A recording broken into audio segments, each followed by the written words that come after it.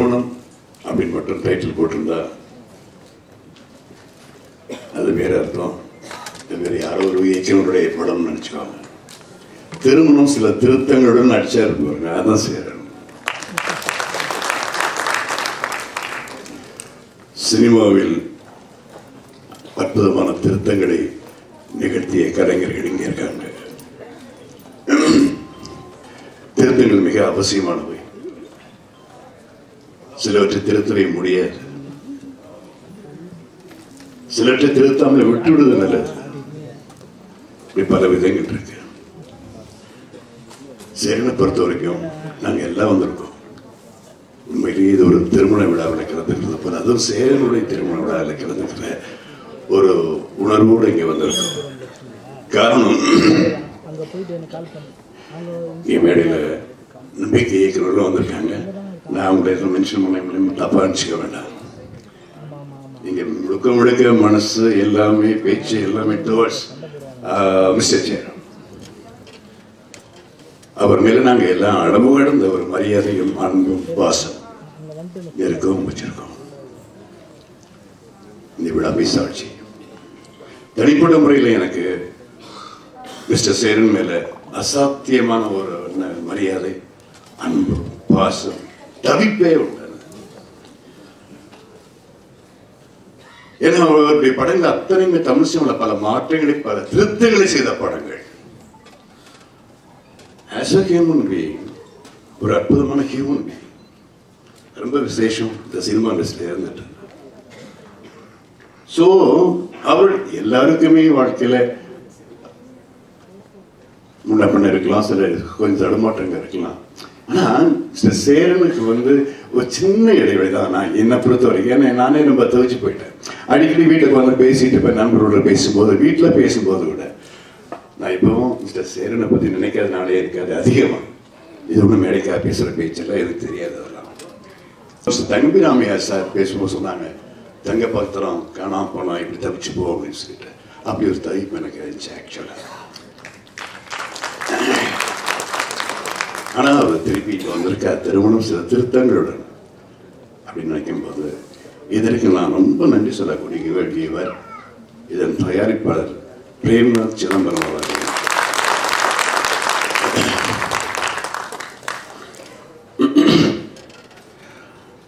இந்த படம் மட்டும் இல்லை, அடுத்த படமும் மார்ச்சில் நான் ஆரம்பிக்க போகிறேன் சார். சரி சார் வச்சேன் அப்படின்னாரு. ரொம்ப சந்தோஷம், ரொம்ப நன்றி. என்ன சொல்றதுக்கு என்ன இருக்கு, சேரனுடைய படங்களுக்கு நான் எப்பவும் பாலமாக பேசுகிறேன். அதே போல் ரவிக்குமார் சார், என் நண்பர் அருமை பாரதி இயக்குனர் எம்ஐஆர், கவி பேரரசு வைரமுத்து அவர்கள் எல்லாரையும் மேடையில் பார்க்க மிகவும் சந்தோஷமாக இருக்கு. ஸோ நாங்கள் எல்லாருமே சேரனுக்காக வாழ்த்துறோம். சேரன் வாழ்க. அவருடைய திருமணம் வெற்றிகரமான திருமணமாக தொடரட்டும். அவருடைய கலைப்பயணம் தொடரட்டும். எல்லாரும் வாழ்த்துறோம், மனப்பூர்வமாக வாழ்த்துறோம். நன்றி நன்றி. ஏன் இனிய தமிழ் மேடையிலே அமர்ந்திருக்கும் கலைஞர் பெருமக்களே, இயக்குநர்களே, ஊடகங்களே, பத்திரிகையாளர்களே, வந்திருக்கும் ரசிகர்களே, அனைவருக்கும் வணக்கம். ஏதோ KS ரவிக்குமார் பேசும்போது பாரதிராஜா உட்காந்து ஏதோ எழுதிட்டு இருந்தார். நான் எப்பவுமே எழுதி படித்து வருவதில்லை, வாழ்க்கையிலே அப்படித்தான். வட்டுக்கோட்டை சொல்லியிருப்பார், பள்ளிக்கூடம் முகாத ஊருக்கு பயணம் போறேன்னா அங்கே படிக்க வேண்டியது நிறைய இருக்கு, படிச்சுட்டு வரேன். தெருக்களையும் வீதிகளையும் கிராமங்களையும் படித்து விட்டு வந்தேன். இதுவரை புத்தகம் படிக்கவில்லை, ஏன்னா எனக்கு எழுத வராது. எழுதி தயாரித்து பேசணும். நல்ல பொதுவாக அந்த மேடைகள்லாம் அந்த எப்பவுமே சம்பிரதாயமாக செயலர் பொழுது பாட்டு போட்டு அடுத்து மறுபடியும் வெற்றி விழாவிலே சந்திப்போம்.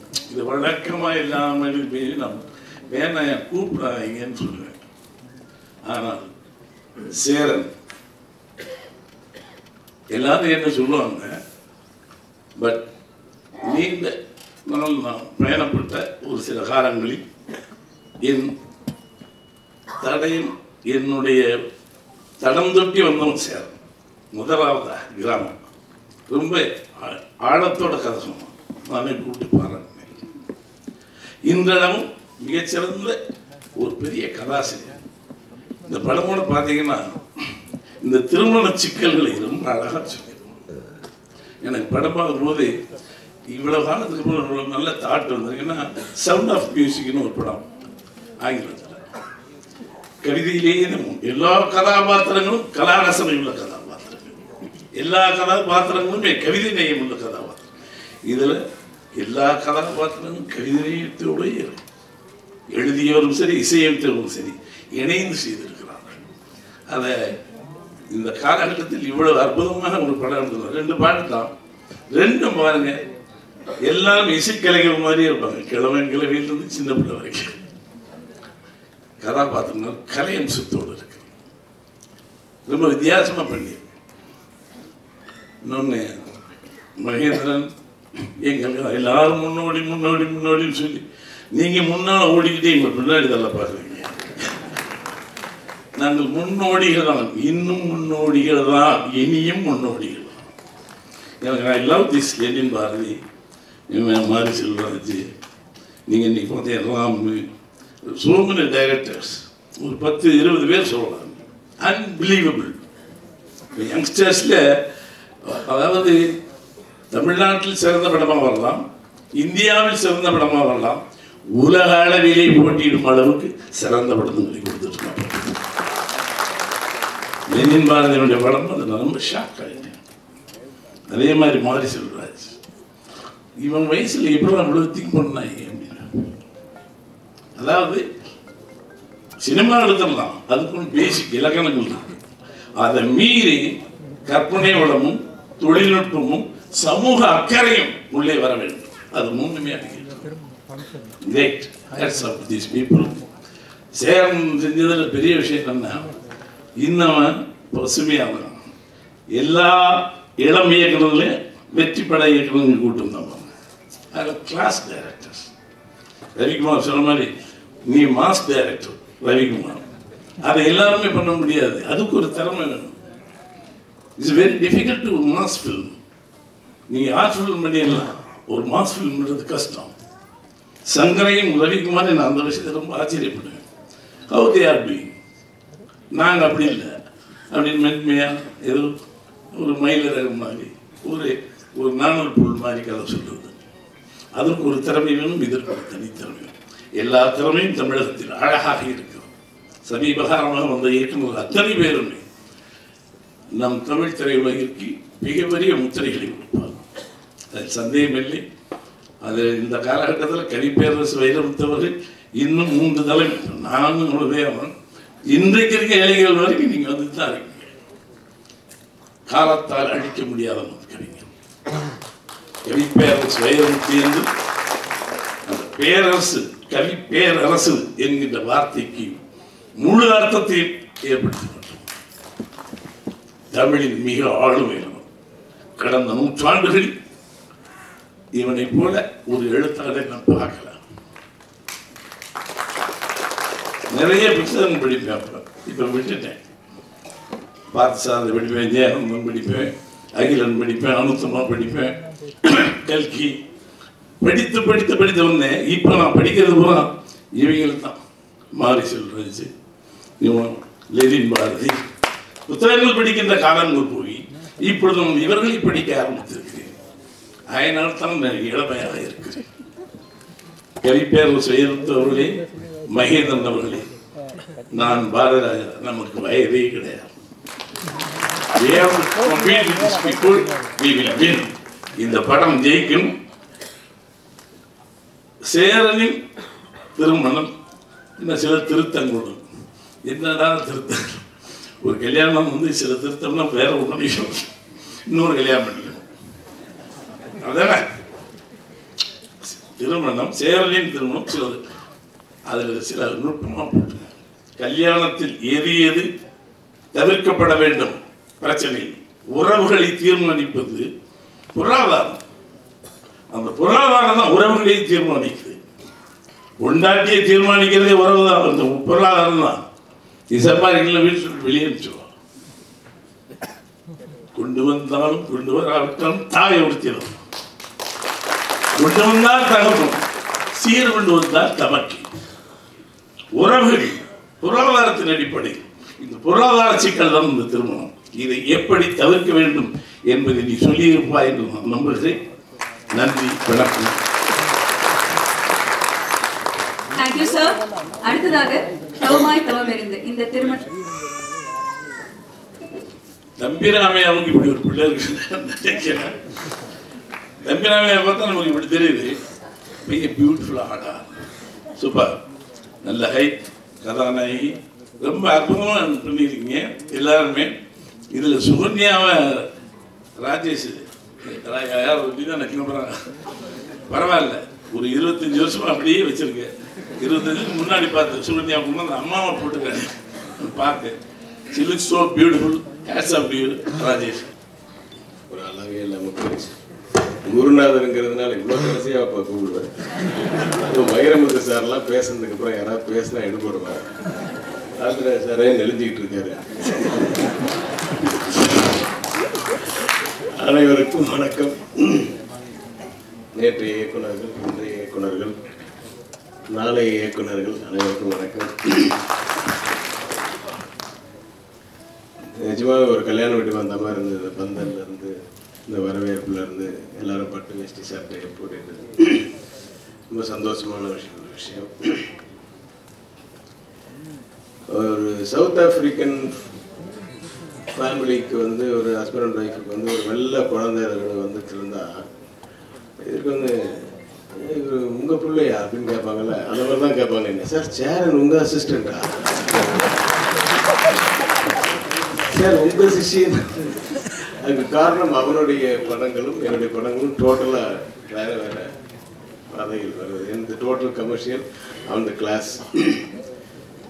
ஸோ வாழ்க்கையில் வந்து எல்லாரும் பெருமைப்பட்டுக்கிறதுக்கு நிறைய விஷயங்கள் இருந்தால் எனக்கு பெருமைப்படுறது வந்து சேரன் என்னோட அசிஸ்டன்ட்னு சொல்கிற ஒரு அப்படிப்பட்டவனுக்கு இடையில ஒரு பிரச்சனைகள், சில பிரச்சனைகளால வந்து அவனுக்கு கொஞ்சம் தேங்கி இருந்துட்டு மறுபடியும் வந்திருக்காரு.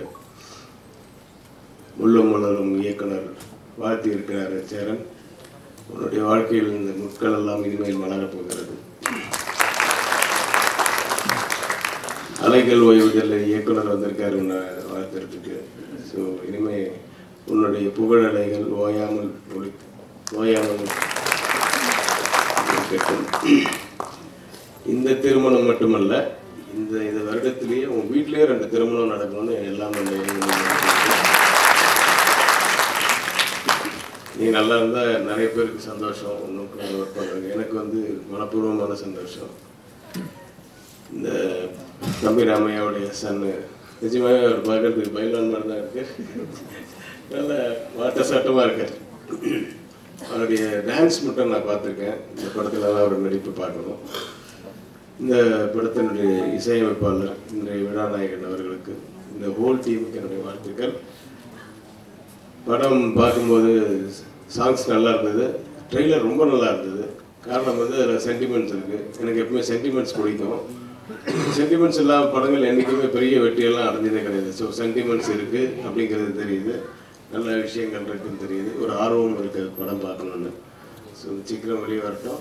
நிறைய போட்டிகளோடு வராமல் கொஞ்சம் கேப் விட்டு நல்ல கரெக்டான ரிலீஸ் டேட்டுக்கு வந்தால் இந்த படம் வகுப்பு பெருசாக கலெக்ட் பண்ணும். அந்த தயாரிப்பாளர் மறுபடியும் படம் எடுப்பார். மறுபடியும் முன்ன வச்சு அடுத்த படம் எடுக்க போகிறாரு. ஸோ அந்த தயாரிப்பாளருக்கு ஒரு சின்ன விண்ணப்பம். நிறைய நாள் வந்து பாவம் அவர் வந்து அந்த கேமரா ஆன், இந்த கேமரா ஆன், நீங்கள் இந்த ஃப்ரண்ட்டை பாருங்கள், நீங்கள் பேக் பாருங்கன்னு நிறைய டைரக்ஷன் பண்ணி சான்ஸ் தேடிட்டு இருக்காரு ஒருத்தர் நிக்கில்னு. அவருக்கு ஒரு வாய்ப்பு கொடுத்தீங்கன்னா நல்லா இருக்கும். இந்த காஸ்டியூம்ஸ் மட்டும் கொஞ்சம் செலவாகும். வாழ்த்துக்கள், மனப்பூர்வமான வாழ்த்துக்கள். அனைவருக்கும் வணக்கம். இந்த இடத்துக்கு நாங்கள் வந்து நிற்கிறோம் அப்படின்னா, படம் பார்க்க போன இடத்துல எங்களுக்கு சினிமாவை கற்றுக் கொடுத்த மிகப்பெரிய இயக்குநர்களான மதிப்பிற்குரிய மகேந்திரன் சார் அவர்களுக்கும் பாரதிராஜா சார் அவர்களுக்கும் என்னுடைய வணக்கங்கள். அதுக்கப்புறம் சினிமா பற்றி ஒரு ஒரு நீண்ட ஆளுமையை வந்து நான் வந்து சேரம் சார் கற்றுக்கிட்டேன். அவருடைய ஒவ்வொரு படங்களையும் அவங்க நான் கவனிச்சிருக்கிறேன். தவமாய் தவம் இருந்துன்னு ஒரு படம், குடும்ப உறவுகளை பற்றி ரொம்ப நேர்த்தியாக சொல்லப்பட்ட ஒரு படம். அந்த படம் வந்து பார்த்துட்டு வந்ததுக்கப்புறம் ரொம்ப நேரம் நாங்கள் வந்து தூங்க முடியல. மனித உறவுகளுக்குள்ள இருக்கிற விஷயங்களை நாம் எப்படி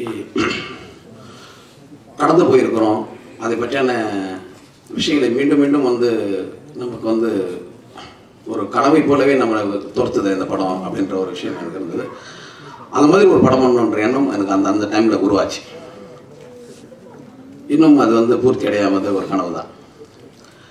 அதே போல தான் இந்த படமும் இருக்கும் அப்படின்ற நம்பிக்கை எனக்கு இருக்குது. ஏன்னா மனித உறவுகளை பற்றி ரொம்ப நேர்த்தியாக வந்து பின்னதில் வந்து சேரம் சார் வந்து ரொம்ப முக்கியமானவராக நான் கருதுறேன் இங்கே தமிழ் இயக்குநர்களில். அந்த அடிப்படையில் இந்த படம் ஒரு சிறந்த படமாக இருக்கும் என்று நான் நம்புகிறேன். என்னோட வாழ்த்துக்கள். வந்திருக்க எல்லாருக்கும் வணக்கம். நான் ஒரு விஷயம் சொல்லிடுறேன், நான் மறந்துடுறேன். இந்த திருமணத்தின் கதை, இன்னைக்கு கதாநாயகன் வந்து சித்தார்த் விபின், ரூயின் ஸ்டார் சித்தார்த் விபினுக்கு வந்து முதல்ல வாழ்த்துக்கள். அண்ட் இது ரொம்ப சந்தோஷமாகவும் நர்வஸாகவும் இருக்குது. ஏன்னா தமிழ் சினிமாவோட ஒட்டுமொத்த ஆளுமைகள் எல்லாமே மேடையில் இருக்கும்போது நம்ம என்ன பேசுறதுன்னு தெரில. ஆனால் அவங்க பேசுகிறத கேட்குறதுக்காக நானும் வெயிட் பண்ணுறேன், லெனின் சார் சொன்ன மாதிரி. ஸோ இந்த படம் மிகப்பெரிய வெற்றி அடையணுன்ற அந்த ஒரு பிரார்த்தனையோட விடைபெறேன். நன்றி.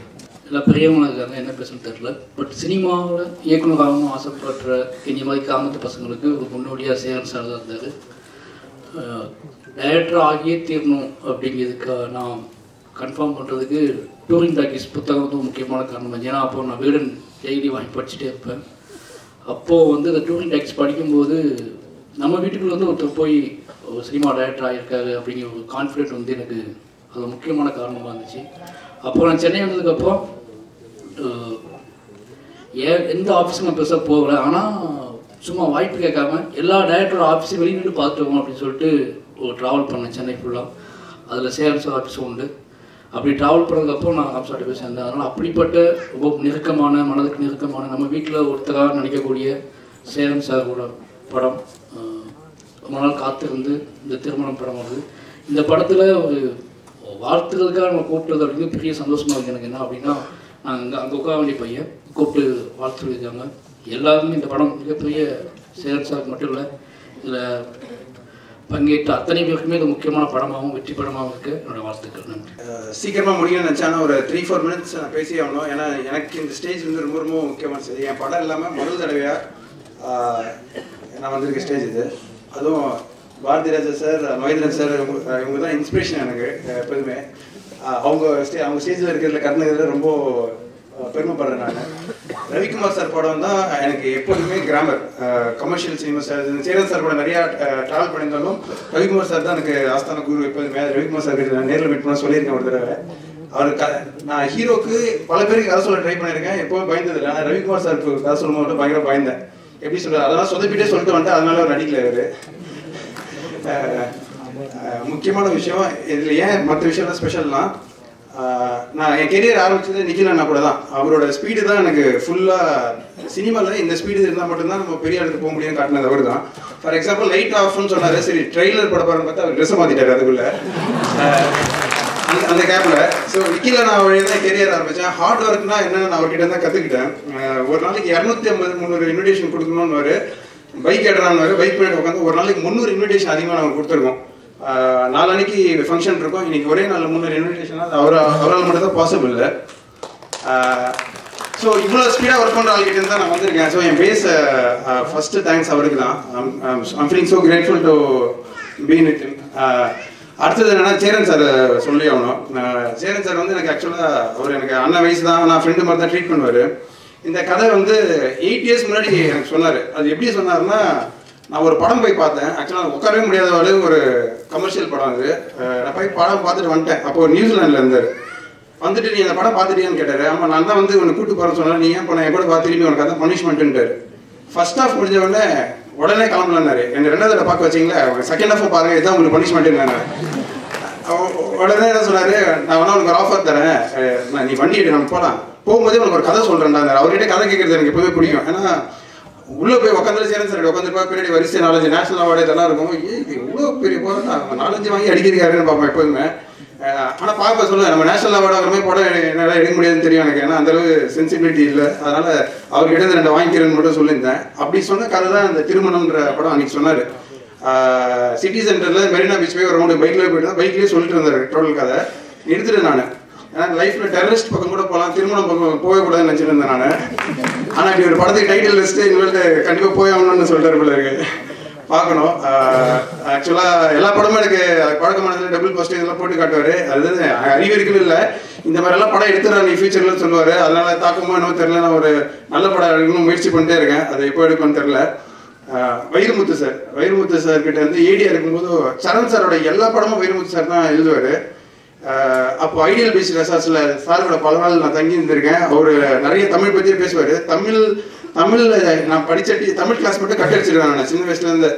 ஆனால் அப்போ வேறு வழியில் ஏடி அசோசியேட்டு கட்டடிக்கவே முடியாது சார் கிட்ட. நான் ஒருத்தர் மட்டும் தான் இருப்பேன், அவர் கூட ஸ்டே பண்ணுவேன். அவர் சொல்கிற நோட்ஸ் இதெல்லாம் எடுத்துப்போம், சிச்சுவேஷன் எல்லாம் கேட்பாரு, சொல்லுவேன். சொல்ல அப்படி அசால்ட்டாக லிரிக்ஸ் எழுதுவார். அதனால அவர் பெரிய இன்ஸ்பிரேஷன் தமிழுக்கு இன்னமும். ஏதாவது டவுட்னா அவரோட பாஸ்கர் அண்ணா இருப்பார், அவருக்கு ஃபோன் பண்ணி கேட்டுப்பேன். அதாவது அவர்கிட்ட பாஸ்கர் அண்ணா வந்து அத்தனை நாள் கூட இருந்தாலும் வைரமுத்து சார் கூட இருந்தாலும் சின்ன சின்ன டவுட்டெல்லாம் அவர்கிட்ட கேட்டுப்பேன். அந்த அளவு வைரமுத்து சார் வந்து தமிழ்னால எனக்கு அவர் தான் ஞாபகம் வரும். ஏன்னா என் ஜென்ரேஷன் கண்ணதாசன் சார் உங்களால் நான் பார்த்ததில்லை, இது மட்டும் தான் எனக்கு தெரியும். ஸோ அப்படி தான் கற்றுக்கினேன். நான் பொறாமைப்படும் இயக்குநர்கள் இருக்காங்க. நம்ம லெனின் பாரதி அண்ணன், அறம் டைரக்டர் கோபி அண்ணன், நண்பர் அருண், மாரி செல்வராஜ், இவங்கெல்லாம் வந்து நான் பொறாமைப்படும் இயக்குனர் உண்மையாகவே. அப்படி ஒரு படம் எடுக்கலாம் பயங்கர ஆசை. ஆனால் கமர்ஷியல் தளத்துலேயே இப்படியும் மிக்ஸ் பண்ணி ஏதோ ஒன்று மாற்றி எடுத்துட்டேன், அதுவும் ஓடிச்சு. அடுத்த படம் தெளிவாக கிளாரிட்டியாக இதை விட நல்ல படம் எடுக்க நான் ட்ரை பண்ணுறேன். Thank you all. சேரன் சார், திருமணத்துக்கு கண்டிப்பாக இந்த திருமணத்துக்கு நான் கண்டிப்பாக வந்துடுவேன் நான். அதனால் தேங்க்யூ ஸோ மச் சார். தயாரிப்பாளர்களின் ஆதிக்கம் அதிகமாக இருக்கும்போது செல்வம் புரளும், செல்வம் வளரும். நடிகர்களின்